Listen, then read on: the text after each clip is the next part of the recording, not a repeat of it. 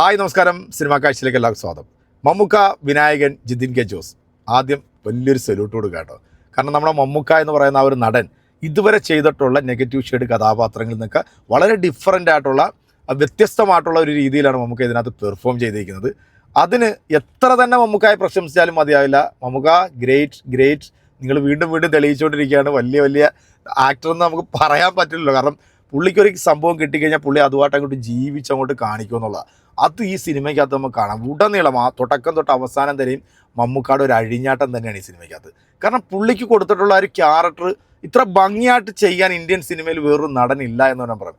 Jithin K Jose തന്നെയാണ് ഇതിൻ്റെ റൈറ്ററും screen പ്ലേയും ചെയ്തിരിക്കുന്നത്. പുള്ളിയുടെ ആദ്യത്തെ സിനിമ കുറുപ്പിനകത്ത് സ്ക്രിപ്റ്റ് ഡയറക്ടറായിരുന്നു. പക്ഷെ മലയാളത്തിലേക്ക് പുതിയൊരു സംവിധായകനെ കൂടെ മമ്മൂക്ക തന്നു എന്ന് വേണം പറയാൻ. കാരണം മലയാളത്തിൽ ഒരുപാട് സംവിധായകരെ നമുക്ക് പരിചയപ്പെടുത്തിയിട്ടുള്ള ഒരു പ്രതിഭ തന്നെയാണല്ലോ മമ്മൂക്ക. അപ്പോൾ മമ്മൂക്ക എന്ന് പറയുന്ന ഈ ഒരു നടൻ്റെ കരിയറിൽ മറ്റൊരു പൊന്തൂവലും കൂടെയാണ് കളങ്കാവൽ എന്ന സിനിമയിലെ ഈ ഒരു ക്യാരക്ടർ. കാരണം ഒരുപാട് പേരിലാണ് മമ്മൂക്ക ഇതിനകത്ത് അറിയപ്പെടുന്നത്.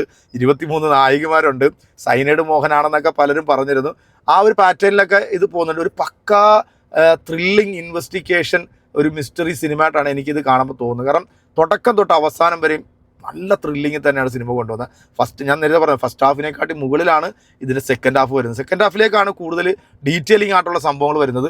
ഒരു 80s 90s ആ കാലഘട്ടമാണ് ഈ സിനിമയുടെ കഥ നടക്കുന്നത്. ഈ നമ്മുടെ ഈ ക്യാമറകളൊന്നും ഇല്ലാത്ത ആ ഒരു സമയത്ത് നടക്കുന്നൊരു സംഭവമാണ്. പക്ഷെ ഞാൻ പറഞ്ഞില്ലേ, മമ്മൂക്ക നിങ്ങൾ വേറെ ലെവലാട്ടോ. നിങ്ങൾ ഈ ഒരു ക്യാരക്ടർ ചെയ്യാൻ കാണിച്ചിട്ടുള്ള ധൈര്യമുള്ളൂ ഇന്ത്യൻ സിനിമയിൽ തന്നെ ആരും കാണിക്കില്ല എന്നുള്ളത്. കാരണം കാതൽ എന്ന് പറഞ്ഞ സിനിമ നമ്മൾ കണ്ടതാണ്, റോഷാക്ക് നമ്മൾ കണ്ടതാണ്, അങ്ങനെ ബ്രഹ്മയുഗം നമ്മൾ കണ്ടതാണ്. അപ്പോൾ അതൊന്നും അല്ല, ഇത് വേറൊരു തലത്തിലേക്ക് നമ്മളെ കൊണ്ടുപോയി എന്നുള്ളതാണ്. നമുക്കൊരു ഇൻ്റർവ്യൂവിൽ നമുക്ക് തന്നെ പറഞ്ഞിട്ടുണ്ട്, നിങ്ങളൊരു പക്ഷേ ഇപ്പോൾ ഈ സിനിമ കാണുമ്പോൾ എൻ്റെ കഥാപാത്രങ്ങളോട് നിങ്ങൾക്ക് ദേഷ്യം ഉണ്ടാകാം, പക്ഷേ നിങ്ങൾ തിയേറ്ററിൽ നിന്ന് ഇറങ്ങുമ്പോൾ നിങ്ങൾ ഈ കഥാപാത്രത്തെ ഉപേക്ഷിച്ചിട്ട് പോകില്ല എന്ന് പറഞ്ഞത് 100% സത്യസന്ധമായിട്ടുള്ള കാര്യമാണ്. കാരണം അത് ആ സിനിമ കണ്ടു തന്നെ നമ്മൾ എക്സ്പീരിയൻസ് ചെയ്യണം. അതുപോലെ തന്നെ ഇതിൻ്റെ സിനിമോട്ടോഗ്രാഫി ഗംഭീര സിനിമോട്ടോഗ്രാഫിയാണ്. ആ ഒരു കളർ പാറ്റേണും അവർ പിടിച്ചിരിക്കുന്ന ആ ഒരു ലൈറ്റിങ്ങും ഒക്കെ ഉണ്ടല്ലോ, കിട്ടുക കേട്ടോ. പിന്നെ പുള്ളിയുടെ ഒരു ലുക്ക്, അത് പിന്നെ നമ്മൾ പറയണ്ടല്ലോ. അതിങ്ങനെ സ്ക്രീനിൽ വന്ന് നിന്ന് കഴിഞ്ഞാൽ ആ സ്ക്രീൻ ഫുള്ളിങ്ങനെ നിറഞ്ഞു അന്യായ സ്ക്രീൻ പ്രസൻസാണ്. അതുപോലെ തന്നെ വിനായകനും മമ്മൂക്കായും തമ്മിലുള്ള ചില കോമ്പിനേഷൻ സീൻ, ഇതിൻ്റെ അവസാനത്തെ ഒരു സാധനം ഉണ്ടല്ലോ, അത് നമ്മൾ പ്രതീക്ഷിക്കാത്ത സാധനം, പ്രതീക്ഷിക്കാത്ത പല ട്വിസ്റ്റുകൾ ഈ സിനിമയ്ക്കകത്തുണ്ട്. അത് ഞാൻ പറയുന്നില്ല, കാരണം കൂടുതൽ പറഞ്ഞു പോയി കഴിയുമ്പോഴത്തേക്ക് ഇവരുടെ ക്യാരക്ടറിനെ കുറിച്ചിട്ടൊക്കെ നമ്മൾ റിവീൽ ചെയ്ത് പോകും. അതുകൊണ്ട് തന്നെ മമ്മൂക്കയുടെ ആയാലും കൊള്ളാം, വിനായകൻ്റെ ആയാലും കൊള്ളാം, ഇതിനകത്ത് വരുന്ന ചെറിയ ആർട്ടിസ്റ്റുകളൊക്കെ ഉണ്ട്, അവരെല്ലാം പെർഫോമൻസ് എല്ലാവരും നന്നായിട്ട് ചെയ്തിട്ടുണ്ട്. അത് മമ്മൂട്ടി കമ്പനി എന്ന് പറയുന്ന ആ ഒരു കമ്പനിയുടെ ഒരു ക്വാളിറ്റി ആയിട്ടാണ് എനിക്ക് തോന്നുന്നത്. കാരണം അദ്ദേഹം ചെയ്തിട്ടുള്ള എല്ലാ സിനിമകളും അത്തരത്തിൽ ക്വാളിറ്റിയുള്ള സിനിമകൾ തന്നെയാണ് ചെയ്തിരിക്കുന്നത്. ഈ സിനിമയും മസ്റ്റ് തിയേറ്ററിൽ വാച്ച് ചെയ്ത് അത് എക്സ്പീരിയൻസ് ചെയ്യേണ്ട സിനിമ തന്നെയാണ്. പിന്നെ മുജീബ് മജീദിൻ്റെ മ്യൂസിക്, ഇതിനകത്ത് നിലാക്കായൽ എന്ന് പറയുന്നൊരു പാട്ടുണ്ട്, അത് പുള്ളിയുടെ ഒരു ഫേവറേറ്റ് ഗാനമാണ് ഇതിനകത്ത്. ആ സംഭവം വെച്ചുകൊണ്ടുള്ള ഒരു സംഭവം ഉണ്ട്. സിനിമ തുടങ്ങി ഒരു 10-15 മിനിറ്റ് കഴിയുമ്പോഴത്തേക്ക് ഒരു സീനുണ്ട് കേട്ടോ. അയ്യോ, പുള്ളി എന്താ ചെയ്തിരിക്കുന്നത്. നമുക്ക് നിങ്ങൾ ഒന്നും പറയാനില്ല കേട്ടോ. എനിക്ക് ഞാനൊരു മമ്മൂക്ക ആരാധകനാണ്, പക്ഷേ സിനിമയിൽ മമ്മൂക്ക ചെയ്തിട്ടുള്ള ആ ഒരു ക്യാരക്ടറിനെ കുറിച്ചിട്ട് പറയുകയാണെന്നുണ്ടെങ്കിൽ ഇന്ത്യൻ സിനിമയിൽ ഒരാളും ഇത്തരത്തിലുള്ള കഥാപാത്രങ്ങൾ എടുത്ത് ചെയ്യില്ല. അത് 100% ഉറപ്പുള്ളൊരു കാര്യമാണ്. അമ്മാതിരി പെർഫോമൻസ് ആണ് ചെയ്തിരിക്കുന്നത്. അതുപോലെ തന്നെ വിനായകനായിക്കോട്ടെ, വിനായകൻ്റെ ക്യാരക്ടർ, വിനായകൻ ഒരു പോലീസ് ഓഫീസറിൻ്റെ ക്യാരക്ടറാണ് ഇതിനകത്ത് ചെയ്യുന്നത്.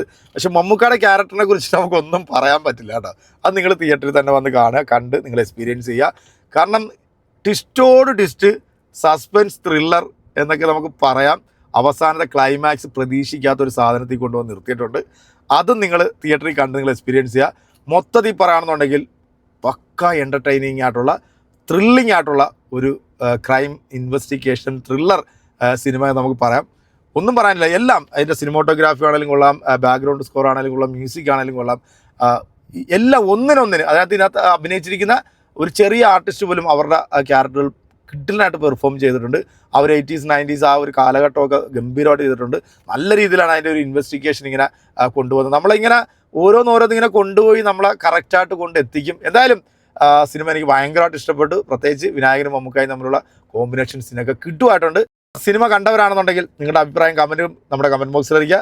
അപ്പോൾ അടുത്തൊരു വീഡിയോ ആയിട്ട് വീണ്ടും കാണാം. അതുവരേക്കും എല്ലാവർക്കും